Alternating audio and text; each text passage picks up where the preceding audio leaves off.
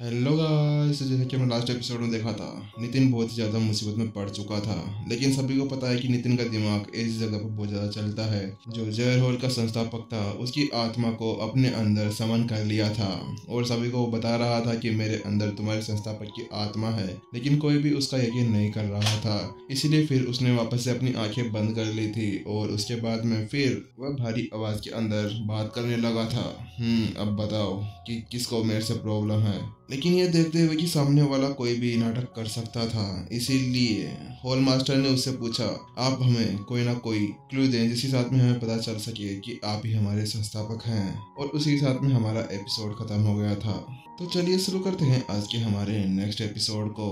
अच्छा, तो तुम्हें पता लगाना है कि मैं रियल संस्थापक, तो ठीक है, तुम्हारे पास में कुछ ऐसा है जिसके साथ में तुम पता लगा सको कि मैं ही तुम्हारा संस्थापक हूँ। जब हॉल मास्टर ने सुना कि अब सामने वाला उससे ये पूछना चाहता है कि उसके पास में कुछ है कि जिससे वह उसका पता लगा सके, लेकिन थोड़ी देर के सोचने के बाद में हॉल मास्टर को कुछ याद आता है और वह सोचता है कि सामने वाला ऐसा कह रहा है कि उसके पास में जनजा जहर बॉडी है, तो फिर जनजा जहर बॉडी के अंदर तो कोई भी जहर का यूज नहीं होना चाहिए। अगर उसको कोई भी जहर दिया जाए तो आराम से वह अपने उस जहर को बाहर निकाल सकते थे।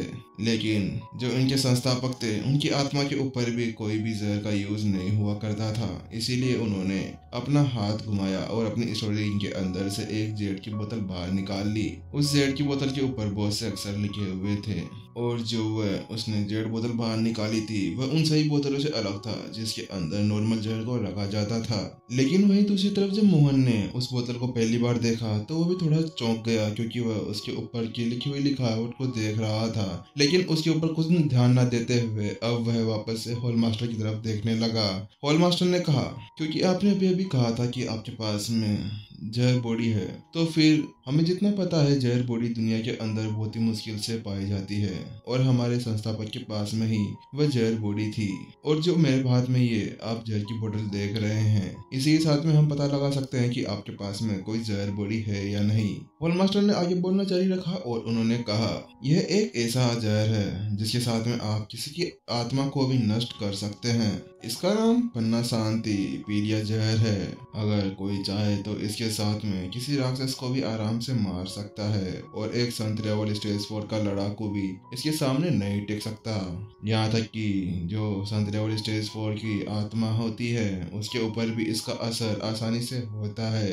इस जहर को यहाँ के कुछ पुराने हॉल मास्टर्स द्वारा बनाया गया था और इसे यहीं पर ही छोड़ दिया गया था और मेरी इस करंट स्टेट के अंदर मैं ऐसा जहर कभी भी नहीं बना सकता। हॉल मास्टर ने मोहन को समझाया। और अब हम इसी के साथ में आपका पता लगा सकते हैं कि आपके पास में वास्तव में एक जहर बॉडी है। हॉल मास्टर को इससे दो फायदे दिख रहे थे। अगर सामने वाला वास्तव में उनका संस्थापक हुआ तो वह इस जहर को लेने के बाद में भी बिल्कुल ठीक रहेगा। लेकिन अगर सामने वाला उनको कोई धोखा देने या उनके ऊपर कोई चाल चलने की कोशिश कर रहा है तो वह इस जहर के द्वारा मारा जाएगा। और उसके साथ में वह इतनी देर से उसको मारने की कोशिश भी कर रहे थे, तो बिना मेहनत के वह इसको यहीं पर ही दफना भी देंगे। हॉल मास्टर की बात सुनने के बाद में नितिन ने कहा, अच्छा ठीक है, चलो मेरे को वो जहर की बोतल दे दो। उसके बाद में जल्दी से उस जहर की बोतल को हॉल मास्टर के हाथ में से लेने के बाद में मोहन ने उस बोतल की कैप को हटा दिया और जैसे ही उसने उस बोतल की कैप को हटाया उसके अंदर से उस जहर की सुगंध पूरे एरिया के अंदर फैल गई, जिसके साथ में सभी के ऊपर उसका प्रभाव भी पड़ने लगा था। सभी उससे एक एक कदम पीछे हट गए, लेकिन जैसे ही देखा कि सामने वाले के ऊपर उसका कोई भी असर नहीं हो रहा, सबके सब चौंक गए थे, क्योंकि वो इतने दूर खड़े थे। उसके बाद में भी उनके ऊपर उसका असर हो रहा था। फिर नितिन ने बिना किसी झिझक के उस बोतल को एक ही बार के अंदर खाली भी कर दिया और उसके बाद में वह उसका टेस्ट लेने लगा। मैंने जितने जहर खाए हैं ये उससे ज्यादा अच्छा है। इसका टेस्ट थोड़ा बहुत अच्छा तो है ही, लेकिन सब सामने वालों ने देखा कि नितिन के ऊपर उस जहर का कोई भी असर नहीं हुआ और ऊपर से ऐसा लग रहा था कि उसके बॉडी के अंदर बहुत ही ज्यादा पोषण पहुंच रहा है। तो सभी ये देखकर चौंक गए, क्योंकि नितिन बिल्कुल भी कमजोरी का संकेत नहीं दे रहा था। वह ऐसा नहीं दिखा रहा था कि उसके ऊपर जहर का कोई असर हो भी रहा है कि नहीं। अचानक से अब नितिन की बॉडी के अंदर से ऑरा बाहर निकलने लगा था और उस ओरा को आसपास के सभी महसूस कर सकते थे।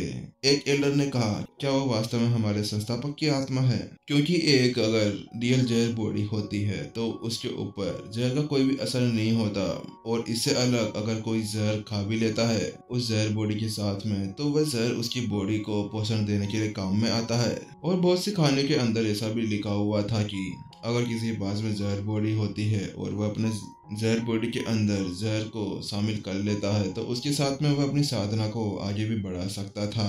हालांकि वहाँ पे खड़े हुए सभी एल्डर्स ने आज तक इसके बारे में केवल सुना ही था, देखा नहीं था, लेकिन आज अपने सामने इस तरह के दृश्य को देखने के बाद में वह सभी चौंक गए। अब लेकिन उन सभी की आंखों के अंदर एक चमक देखी जा सकती थी, क्योंकि उन सभी को भी इसी तरह से एक जहर बॉडी चाहिए थी। क्योंकि हर किसी जहर मास्टर का हमेशा सपना रहा है कि उनके पास में भी एक जन्मजात जहर बॉडी हो। और उस सबको देखने के बाद में सबके मन में एक ही ख्याल था, अगर वास्तव में हमारे संस्थापक की आत्मा उसके अंदर नहीं भी हुई तो उसके साथ में ये भी संभावना हो सकती थी कि उन दोनों के बीच में कोई ना कोई रिलेशन तो होगा ही। फिर उसके बाद में अपने सामने सभी के इस तरह के चेहरे को देखने के बाद में मोहन ने भारी आवाज में कहा, अच्छा तो बताओ अब क्या ठीक है तुम सभी को यह यकीन दिलाने के लिए कि ये मैं ही हूँ? क्या तुम्हें अभी वास्तव में और कोई सबूत चाहिए? हॉल मास्टर अभी तक भी गहरी सोच के अंदर डूबा हुआ था, क्योंकि उसे अभी विश्वास नहीं हो रहा था कि उसके सामने वाला वास्तव में उनका संस्थापक है। लेकिन जब मोहन ने देखा कि उसके सामने खड़ा हुआ व्यक्ति अभी भी उसके ऊपर बिल्कुल भी विश्वास नहीं कर रहा, तो उसने कहा, अच्छा तो तुम्हें अभी तक भी मेरे ऊपर विश्वास नहीं हो रहा? वो तो मोहन ने मुझे रोका हुआ था, उसने मेरे को बोला था कि यहाँ पर और किसी की जान नहीं लेना। अगर उसने ऐसा नहीं कहा होता तो मैं तुम्हें यहाँ पर कब का ही मार चुका होता, क्योंकि तुमने अब तक मेरी बहुत ज्यादा बेइज्जती कर दी है। और ऐसे बोलने के साथ में अब नितिन की बॉडी के अंदर से बहुत ही खतरनाक ओरा बाहर निकला। वह ओरा ताकतवर तो था ही, लेकिन उसके साथ में ही एक स्वर्गीय ओरा लग रहा था। और उसके साथ में अब नितिन ऐसा दिख रहा था जैसे कि वह स्वर्ग से उतरा हुआ कोई प्राणी हो।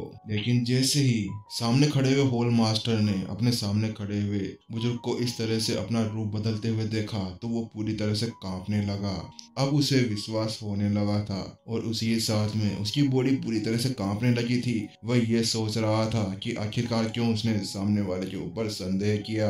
और अब इतने ज्यादा घबराहट के साथ में उसने आखिरकार अपने घुटने टेक दिए और उसने कहा, होंगयुन पॉइजन हॉल का हॉल मास्टर चारुन पॉइजन हॉल के संस्थापक को सम्मान देता है, क्योंकि पहले की लड़ाई में वह समझ चुका था कि वह सामने वाले के साथ में कोई भी मैच नहीं था, क्योंकि सामने वाले ने उसको इतनी बुरी तरह से घायल कर दिया था। उसके बाद में उसके अंदर हिम्मत नहीं थी कि वह दोबारा से उसके साथ में कोई पंगा ले सके। और अब उसे समझ में आ गया था कि आखिरकार कैसे संस्थापक इतने समय तक जिंदा रहे हैं और उन्होंने अपनी आत्मा को संजो कर रखा है। उसने सोचा शायद ऐसा हुआ होगा कि उन्होंने 7 लीफ फ्लावर के अंदर अपनी आत्मा को रखा हुआ होगा। ये वही फ्लावर था जिसके अंदर आत्मज्ञानियों ने अपने आत्मा को संजो कर रखा करते थे, और उसके अंदर ही उनकी आत्मा को पूरी तरह से पोषण मिलता था। लेकिन वहीं दूसरी तरफ जब नितिन ने देखा कि सामने वाले ने आखिरकार सामने वाले ने मान ही लिया कि वही संस्थापक है, उसी के साथ में नितिन ने एक राहत की सांस ली। बिना आंखें खोले नितिन ने फिर अपनी ओर इशारा करते हुए कहा, मोहन मेरा रक्षक है, इसी ने मेरे को वहां से बचाया है। अगर ये वहां पर सही समय पर नहीं आता तो ऐसा हो सकता था कि मेरी आत्मा बहुत पहले ही पूरी तरह से नष्ट हो जाती, और क्योंकि उसने मेरे को बचाया है और इसीलिए अब यहाँ पर सभी उसी की बात मानेंगे। आप ऐसा सोच सकते हैं कि उसके अंदर से मैं आप सभी को आज्ञा दे रहा हूँ। मोहन की बात सुनते ही सभी ने अपने अपने सिर हिला दिए, क्योंकि आखिर कौन ही होगा जो उनके संस्थापक के सामने कोई मुंह खोलने की हिम्मत करता हो। उसके बाद में नितिन आगे बोलना जारी रखता है और वह कहता है, और जो बुजुर्ग यहाँ पे मरे थे उनको मैंने ही मारा था, और साथ ही में जो एल्डर हर्षित है उनको भी मैंने ही चोट पहुंचाई थी। अगर किसी को भी इससे कोई शिकायत हो तो मुझे बता दे, मैं आप सभी को जरूर समझाऊंगा। मोहन की बात सुनने के बाद में जल्दी से हॉल मास्टर आगे बढ़ता है। उसका पूरा शरीर पूरी तरह से कांप रहा था। उसने कांपती हुई आवाज के साथ में कहा, नहीं, हमारे में से किसी की हिम्मत नहीं है जो आपके ऊपर उंगली उठा सके। वो तो उन्हीं की गलती थी कि जो आप यहाँ पर आकर आपको इस तरह से अपमानित करने की कोशिश कर रहे थे। अच्छा तो ठीक है, मुझे लगता है कि अब तुम सभी समझ चुके हो। और अब इसके साथ में वह आवाज धीरे धीरे कम होती गई और एक पल बाद में बिल्कुल खामोश हो गई।